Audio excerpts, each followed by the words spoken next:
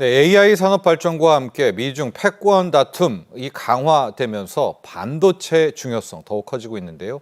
그간 세계 최강을 자랑했던 K 반도체 산업도 미국 관세 그리고 중국의 도전이라는 난관을 맞이했습니다. 자, 앞으로 우리 K 반도체 경쟁력을 키워가기 위해선 어떤 노력 필요할까요? 이인철 참좋은 경제연구소 소장 함께 이야기 나눠봅니다. 안녕하십니까?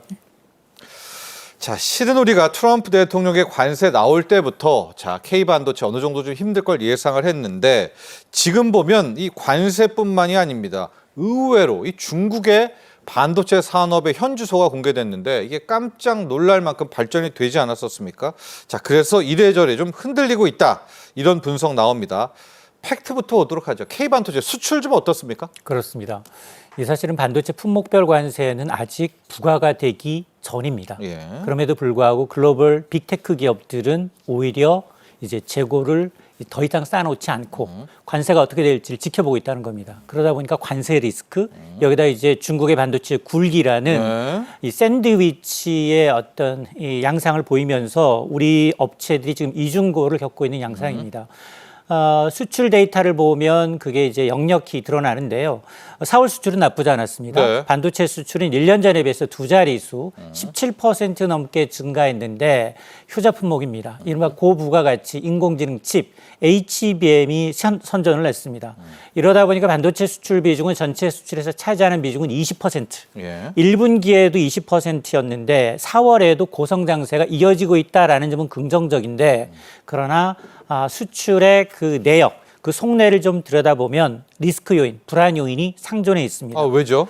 우선 KDI가 발표하고 있는 수출 가격 지수를 보게 되면 올해 1분기 마이너스로 전환했습니다. 마이너스 1.4%를 하락했는데 지난해 3분기만 하더라도 3% 가격 지수가 올랐었고 4분기에는 0.8%로 낮아졌는데 이는 최근 들어서 범용 디램 가격이 좀 하락하고 있고 국제유가 하락증의 요인으로 인해서 수출 가격, 단가가 좀 낮아지고 있다. 그만큼 기업들의 채산성이 악화되고 있다라는 얘기인데요. 국가별 수출 동향을 보더라도 중국의 수출이 지난해 4분기만 하더라도 6% 넘게 늘었습니다. 네. 근데 올해 1분기에는 마이너스 6.7%로 역성장했고요. 미국의 수출도 지난해 연간 두 자릿수 넘게 증가했는데 올해 1분기에는 마이너스 2%로 마이너스 성장을 하고 있는 상황인데 미국의 반도체 이 관세 도입 가능성, 여기다 이제 중국의 자금률 확대가 더 근본 요인으로 지목이 되고 있는데요.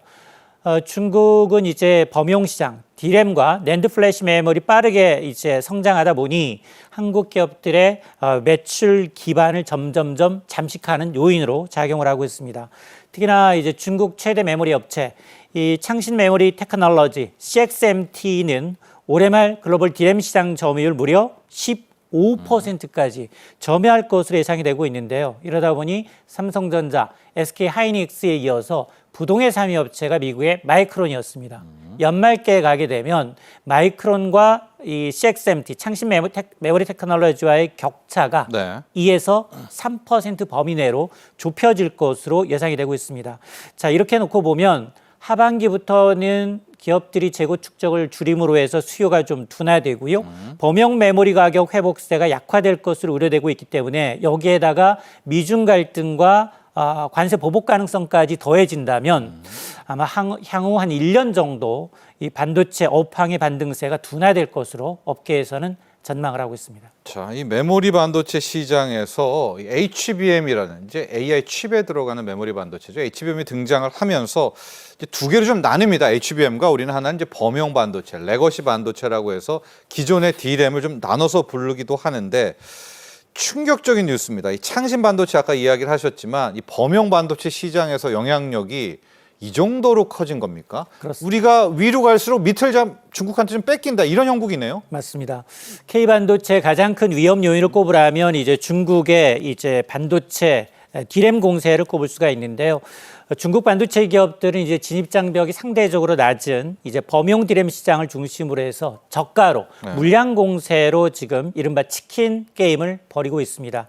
이 범용 반도체라는 게 주로 이제 PC라든가 서버, 스마트폰, 뭐 태블릿이나 노트북과 같은 전자기기에 필수적으로 사용되는 일반적인 메모리입니다. 네. 이른바 DDR4, DDR5가 같은 범용 디램의 경우에는 이런 이제 필수적으로 작업 처리 속도를 빠르게 하기 위해서 휘발성입니다만 여러 프로그램을 동시에 실행할 수 있는 기능을 돕는데 대표적으로 중국의 이 창신 메모리 테크놀로지가 지난해 말부터는 우리가 거의 독점적으로 생산해왔던 DDR5를 양산하고 있고요. 출하량 기준 시장 점유율도 이미 5%를 넘어서고 있습니다. 네. 10%까지 확대될 것으로 예상이 되고 있고 그러다 보니 업계에서는 디램 범용 제품 가격은 중국이 시장을 좌우할 정도다라는 이제 얘기가 나오고 있는데요. 디램 익스체인지의 가격 정보를 보게 되면 PC용 디램의 고정 거래 가격의 경우에는 2018년만 하더라도 $8가 넘었습니다. 그러나 이제 올해 3월 기준 1.35달러까지 지금 4분의 1 토막 이하로 낮아져 있는 상황인데요. 이런 가격 급락의 배경에는 중국 업체들의 공급 확대가 영향을 미치고 있습니다. 이 중국산 이제 범용 제품들이 늘다 보니까 우리 기업들은 실적 발표할 때마다 수익성이 직접적으로 영향을 받고 있다라고 이제 하소연을 하고 있는데요. 특히 범용 디램의 경우에는 가격 경쟁력이 중요하기 때문에 중국의 저가 공세에 한국 기업들이 상당히 좀 방어하기가 어려운 구조입니다. 결국 이제 K반도체 실적과 시장 지배력이 이제 중국의 공급 확대, 저가 공세에 상당히 좀 밀리고 있는 양상입니다. 어느 정도 예견은 좀 했죠. 결과적으로 우리가 더 위로 가게 되면 이제 밑단은 중국 반도체한테 내줄 수밖에 없는데 소장님 문제는 이게 범용 레거시 반도체뿐만이 아니죠. 아까 D램 쪽에서 DDR5도 이야기해 주셨는데 HBM도 만들 수 있습니까? 이 창신 메모리 테크놀로지, 창신 반도체의 수준은 대체 어느 정도입니까 지금?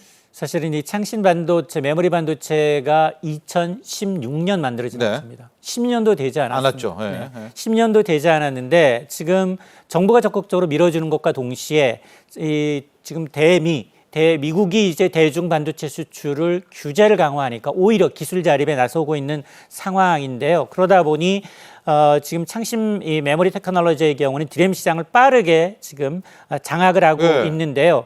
일단 DDR5 양산에 지난해 말부터 돌입을 하고 있습니다. 그러면서 삼성전자, SK하이닉스와의 성능 격차를 줄이고 있는데요.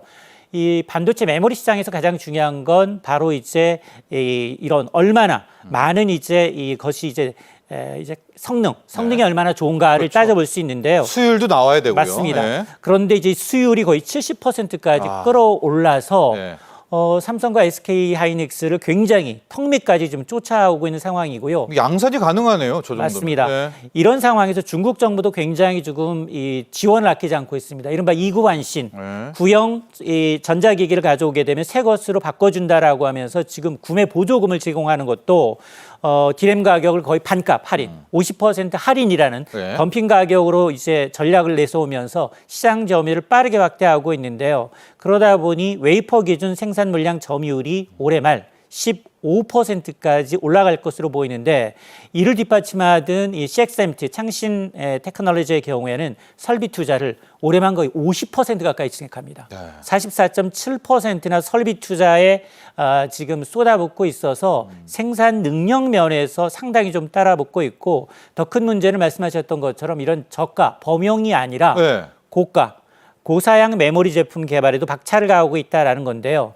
이른바 이제 HBM 인공지능 시장 칩까지 지금 시작을 알리고 있는데 이미 저사양 2세대, 3세대 HBM 2M 같은 경우에는 이미 생산에 이제 주력하고 있는 상황이고 구형에 속하는 이제 HBM2E 같은 3세대도 이제 개발하고 있어서 아마 올해는 4세대 HBM3 그리고 앞으로 2, 3년 이내 HBM3E라는 우리가 이제 이른바 5세대도 상용화할 가능성까지 제기를 하고 있는 상황입니다. 지금 현황을 놓고 보면 하이닉스가 가고 있는 게 HBM3E죠. 삼성전자는 3는 갔는데 3E는 이제 갈까 말까. 근데 여러분 창신 반도체는 이미 2E까지 왔고 그 다음이 3잖아요. 3. 3가 올해 내 풍미까지 왔네요. 맞습니다. 예. 올해 내 양산을 목표로 하고 있고 이제 2, 3년 후에는 예. 지금 SK 하이닉스가 선두를 갖고 있는 HV3 E를 간다. 2까지까지 상용할 가능성까지 제기가 되고 있는 겁니다. 우리가 빨리 4로 가야 되겠네요. 맞습니다. 예. 그러다 보니 사실은 이제 이 창신 이제 테크놀로지의 경우에는 이제 17나노 공정을 넘어서 이 DDR5의 경우에도 그동안은 이제 빅3 메모리 반도체 업체 빅3만 가능했었는데 지난해 말부터는 16나노 공정으로 이제 전환하고 있는 상황이기 때문에 좀 더 초격차 기술을 벌이지 않는 한 이 로엔드 시장에서는 중국의 기술 개발 속도가 상당히 빨라서 네. 시장 점유율이 계속해서 자국 시장을 기반으로 해서 중국 정부의 지원을 바탕으로 해서 상당히 잠식할 가능성이 높습니다. 2015년이었습니다. 중국이 중국 제조 2025 이야기를 하고 뭐 반도체 굴기 이야기할 때만 해도 감히 어떻게 우리나라를 한국을 쫓아와 이랬는데 지금 이미 다 쫓아왔거든요. 중국의 반도체 굴기. 이 정도의 중국의 반도체가 된 것도 모든 걸 쏟아 부었기 때문이겠죠. 근데 이게 우리도 좀 부럽게 돼버린 것 같아요. 현 맞습니다. 상황에선. 네. 사실 중국 제조 2020이 발표된 게 이호요? 2015년이었어요. 예. 그러니까 10년 만에 중국의 메모리 산업이 빅4까지 될 정도로 네. 중국이 굉장히 기술 발전 속도가 좀 빨라졌다라는 데인데 그동안 이제 미국의 반도체 수출 규제 역시 중국의 기술 혁신, 기술 자립을 가속화시키는 요인으로 작용을 하고 있습니다. 그런데 중국 정부는 지난해 5월이었습니다. 지금 국가 직접회로 산업투자 펀드 이른바 대기금 3기 설립을 공식화하고 있는데요. 총 지원 규모가 무려 67조 원 상당입니다. 예. 기술의 국산화 그리고 이제 공급망 자립화가 더 빨라질 수 있다라는 얘기인데요. 그러다 보니 그동안 우리가 견제했던 이 창신 메모리 테크놀로지 이외에도 또 다른 메모리 반도체 업체인 YMTC 양쯔 메모리 테크놀로지 같이 이런 기업들 역시 지금 인공지능 칩 이른바 HBM 시장에 빠르게 추격자로서 지금 따라오고 있는데요. 이런 상황을 감안하게 되면 중국의 반도체 초용량이 한국을 넘어설 가능성까지 이제 제기가 되고 있어서 미국의 규제가 단기적으로는 중국에 압박을 주고 있지만 오히려 기술 혁신과 국산화에 긍정적 영향을 미치고 있다라는 분석인데요. 앞으로도 아마 이제 중국 정부의 지원과 그리고 내수 기반 덕분에 더욱더 경쟁력이 일치월장할 수밖에 없는 구조입니다. 자, 그래서 트럼프 대통령의 이 중국 압박이 우리에게는 중요한데 이게 두 가지인 것 같아요. 하나는 중국을 좀 압박해 줘야 우리에게 숨통이 트이는 거. 근데 또 중국을 압박하면 우리 수출길은 또 막히고요. 양날의 검입니다. 일단 좋은 점부터 한번 보도록 하겠습니다. 최근에 이 창신 반도체를 미국이 블랙리스트에 추가할 수 있다. 이건 우리에게 약간 호재 같은데요. 맞습니다. 네. 미국이 이제 중국의 창신 이제 메모리 테크놀로지에 대해서 이제 블랙리스트에 추가할 가능성이 제기가 되고 있습니다. 자, 이렇게 되면 그동안 이제 범용 시장에서 고전했던 한국 기업들한테는 좀 수혜가 될 것으로 예상이 되고 있는데요. 이 블랙리스트라는 게 미국 정부가 미국의 안보에 위협이 된다라고 판단하게 되면 미국에서 생산됐거나 미국 기술 기반으로 한 제품은 이제 대중국 수출이 네. 제한이 됩니다. 최근에 이제 디램 시장에서 저가 공세를 통해서 빠르게 시장점을 확대해온 이제 CXMT의 경우는 악재가 분명히 하고요. 또 삼성전자, SK 하이닉스의 경우에는 오히려 이제 이 구형 디램 시장에서 공급 부담 완화가 다소 기대가 되고 있습니다. 네. 또한 이제 저가 공세로 디램 가격이 계속해서 내려가고 있는데 이런 이제 하방 압력이 좀 줄어들 수 있습니다. 그런데 이제 미중 무역 협상이라는 게 여전히 이제 변수로 작용을 하고 있죠. 네. 90일 동안 또 유예해주기도 했고요. 또 일부 미국 내부에서조차도 이 제재에 대해서 대중국 제재에 대해서 좀 반대 의견도 있는 것으로 보여서 물론 뭐 이제 CXMT가 이 블랙리스트에 이제 오르게 되면 가격 압박에서는 좀 숨통이 트일 수 있겠습니다만 그러나 미중 큰 그림에서의 어떤 이제 통상협상 과정에서 과연 이제 반도체를 어떻게 가져갈 것이냐 이 결과를 또 봐야 되는 상황입니다. 네. 미국의 중국 압박 또 하나를 좀 보면은요. 앞서 뭐 DDR5 혹은 HBM 이야기를 했지만 중국의 화웨이가요, 여러분. 엔비디아의 H200에 상당한 아예 AI 칩을 떡하니 내놨습니다. 이 대목입니다. 미 정부가 화웨이의 이 AI 칩은 좀 제한한다 이런 이야기가 있습니다. 이건 맞습니다. 어떻게 봐야 될까요? 중국의 딥싱크 출현으로 인해서 과연 그 밋 기술을 어디에서 가져갔느냐, 우회 수출해서 ADI 칩을 썼다, 아니다, 하웨이 자체 기술 썼다, 여러 가지 설이 있는데요. 어쨌든 지금 미국이 이 인공지능 칩 시장에서만큼은 대중국 견제를 강화하겠다라는 건 분명해 보입니다. 화웨이 어센드 칩 사용을 금지하면서 이를 수출 통제 위반으로 간주하겠다라고 이제 발표를 한 겁니다. 이번 조치는 중국의 반도체 굴기를 저지하겠다라는 목적이고요. 특히 AI 반도체 기술의 확산을 막기 위한 전략으로 해석이 됩니다. 이 화웨이 어센드 칩은 화웨이가 자체 개발한 인공지능 반도체 시리즈입니다. 네. 화웨이 자체 칩을 개발해서 이제 엔비디아의 제품을 좀 대체하겠다라는 시도를 해왔는데 이걸 좀 차단하겠다라는 겁니다. 이번 조치에 인해서 화웨이 어센드 칩이 글로벌 시장에서 입지는 좀 줄여들 수밖에 없습니다. 그런데 이제 미국의 수출 통제가 과연 먹힐 것이냐 이 부분에 대해서는 오히려 미국의 반도체 자립 기술, 중국의 반도체 자립을 더 가속화시킬 수도 있다라는 반론도 제기가 되고 있는 상황이기 때문에 또 하나는 미국은 어쨌든 중국을 견제하지만 중동 등 다른 지역에서는 AI 칩 수출을 확대하고 있습니다. 그건 중국도 마찬가지거든요. 대중국 견제를 피해서 제3국가로의 수출을 확대하다 보니 K반도체 입장에서는 오히려 다른 시장에서의 제3국에서의 경쟁이 더 심화될 수 있다는 부분도 있습니다. 결국 이제 미국의 제재는 화웨이와 중국 반도체 기술 발전을 일시적으로 제약할 수는 있습니다. 그럼에도 불구하고 중국이 우회 전략을 통해서 제3의 시장에서 우리와 이제 경쟁할 가능성이 있기 때문에 어쨌든 세계 시장에서의 경쟁력에서 살아남기 위해서는 우리가 이제 초격차 기술을 유지하는 전략밖에 없다고 봅니다. 그렇습니다. 자, 이렇게 미국이 좀 중국을 압박해 주는 것이 좋은 점도 있는 반면에 우리는 또 중국에 반도체를 수출하는 대목이 있지 않습니까? 고차방 정식을 풀어야 될 것 같아요. 일단 약간 뭐 관세 유예를 해주면서 숨통에 트였다고는 하는데 대중 압박 나오면은 또 좋은 점도 있지만 K반도체에 또 나쁜 점도 있어요. 그러니까 어렵네요. 맞습니다. 미중 무역 갈등이 일시적으로 해소되면서 이제 한국에 대해 중국 반도체 수출 줄어들 것이라는 우려는 좀 희석이 되고 있는데, 근데 아직도 지금 미국은 반도체 품목별 관세 부과를 예고하고 있는 남아있죠. 상황입니다. 그렇습니다. 그러다 보니 만에 안에 미국 정부가 우리나라에 대해서 반도체 품목별 관세를 부과되게 될 경우 소비 위축에 따른 가전 수요는 줄어들 수밖에 없고요. 미국 기업들은 선행적으로 투자를 하지 않습니다. 재고 축적을 하지 않기 때문에 특히 HBM의 수요 증가는 곧바로 우리나라 수출에 영향을 미칠 수밖에 없는 상황입니다. 그러다 보니 미중 갈등이 이제 한국의 대중 수출에 미치는 영향은 제한적일 수 있다라고는 하지만 그럼에도 불구하고 품목별 관세가 시행이 되면 전체 수출에 악영향을 미칠 가능성이 높다는 겁니다. 물론 미국과 중국이 첫 협상에 나선 만큼 치킨 게임으로 치닫지는 않을 것이다. 상호 보완적 관계를 좀 유지하지 않겠느냐라는 관측이 나오고 있지만 이건 희망적인 시나리오고요. 그리고 1기 트럼프 행정부 당시에도 1단계 미중 관세 합의까지는 상당히 많은 시간이 걸렸거든요. 그러다 보니까 아마 이런 이제 장기화 가능성에도 우리가 이제 대비를 해야 되는 상황입니다. 네. 자, 이야기를 조금 더 넓혀서요. 한미 통상 협의 내용 좀 보도록 하겠습니다. 안덕근 우리 산자부 장관 그리고 제이미슨 그리어 USTR 대표부가 지난 16일 날 만났습니다. 이제 아직도 협상은 아니죠. 이제 새로운 정부가 와야 될 것 같으니까 협의가 좀 했는데 어떤 전략 좀 어떤 내용 오고 갔을까요? 그렇습니다. 한미 통상장관이 이제 제주도에서 열렸던 에이펙 통상 회의에서 미국과의 어떤 무역 협의를 이제 시작을 했습니다. 협의입니다. 그렇습니다. 주요 의제가 균형 무역과 이제 비관세 조치 등 6개 분야로 이번 주부터 본격적인 협의를 미국에서 이어가겠다라는 내용이었습니다. 안덕근 산자부 장관은 이제 한국이 FTA를 통해서 미국과 협력해온 국가임을 강조하면서 조선, 에너지, 반도체 분야에서의 실질적인 협력 가능성을 제시했고요.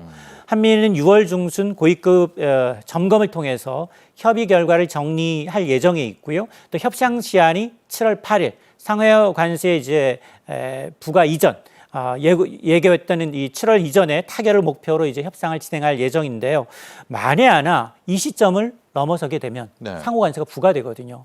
그러다 보니까 특히 이번 협상에서 중요한 전략은 이 자동차 부품에 대해서 이미 시행이 되고 있기 때문에 자동차 부품에 대해서는 품목별 관세 25%가 이제 가장 큰 이제 걱정거리로 꼽히고 일본도 자동차라더라고요. 맞습니다. 네. 그러다 보니까 한미 통상의 협상은 상호 이익을 강조하면서 진행돼야 하고 협상에서 특히나 트럼프 대통령은 지금 원스톱 쇼핑을 원하고 있거든요. 그럴 경우에 우리가 어떤 플랜 B를 가지고 이제 협상에 임해야 되는지도 우리가 전략을 좀 짜야 되는데요. 근데 이미 지금 영국이 가장 먼저 스타트를 끊었습니다. 예. 우선 협상 대상국 가운데 영국이 먼저 합의를 했기 때문에 너무 협의가 빨라도 문제지만 협의가 가장 늦어진다? 그러면 우리 수출 기업들의 피해는 커집니다. 예. 그러니까 저는 한 중간 정도가 좀 좋아 보이는데요. 특히 우리나라와 상황이 너무 비슷한 일본과 대만과 같은 경우 이 비슷한 입장에 놓여 있는 국가들이 양자회담을 통해서 어떻게 합의를 이끌어내는지를 좀 참고하면서 우리도 아마 차기 정부에서 협상을 좀 마무리를 지어야겠습니다. 네, 자 차기 정부에게 이제 공은 넘어가는데 시간은 많지 않네요. 맞습니다. 왜냐하면 7월 초에는 어쨌든 결론을 내줘야 되기 때문에 약간 우리가 좀 시간엔 쫓기고 있다. 이 대목을 좀 파악을 좀 해서 미리미리 상당한 좀 플랜을 좀 짜 놓고 대응을 해야 되겠다. 이런 말씀 드리도록 하고요. 다시 반도체로 돌아와서 정리를 해보도록 하겠습니다. 자, 중국의 반도체 굴기 보면 얼만큼 국가, 정부의 지원이 중요한 걸 알 수가 있고 지금은 여러분 세계의 방향성이 바뀌어서 정부가 오히려 지금 산업에 다 뛰어들고 있거든요. 우리의 반도체 정책 어떻게 나가야 될까요? 그렇습니다. 우리는 사실은 반도체에 대한 이제 세액 공제 정도를 지금 하고 있습니다. 보조금 지급도 막혀 있는 상황이고요. 주 52시간 적용 예외도 아직은 이제 통과가 되지 않고 있는 상황입니다. 그러다 보니 지금 하나 남은 이제 K 반도체의 경쟁력 강화를 위해서는 정부의 이 대폭적인 지원이 필요합니다. 그렇죠. 특히 중소 중견 기업의 기술 개발을 위해서는 초기 비용 지원과 더불어서 적게 투자를 위한 반도체 보조금 지원은 절실한 상황이고요. 특히 우리가 취약한 게 반도체 모두가 잘하는 게 아니라 시스템 반도체 분야에서는 상당히 취약합니다. 네. 이 부분에 있어서만큼은 지금 성장 가능성이 워낙 높은 분야이다 보니까 정부가 이제 발빠르게 이제 이 인재 양성과 투자에 좀 집중을 해야 되고요. 반도체 산업이라는 게 미래 먹거리입니다. 모든 산업을 연결할 수 있는 이 핵심 키이기 때문에 자금 지원과 더불어서 주 52시간 근무제 예외 적용과 같은 정책이 좀 시급하고요. 단기적으로는 일단 중국의 기술 민족주의에 맞설 구체적인 이제 로드맵 전략이 좀 필요하고요. 중장기적으로는 어쨌든 초격차 기술을 유지하지 않는 이상 우리가 지금은 선두이지만 바로 그렇죠. 이제 우리 뺏깁니다. 뺏길 수 있거든요. 그러다 보니까 지금 연관 투자를 집중 투자하면서 그리고 기술 경쟁력 확보에 민관이 함께 나서야 합니다. 네. 자, 지금까지 도움 말씀에 이인철 참좋은 경제연구소 소장 함께했습니다. 감사합니다.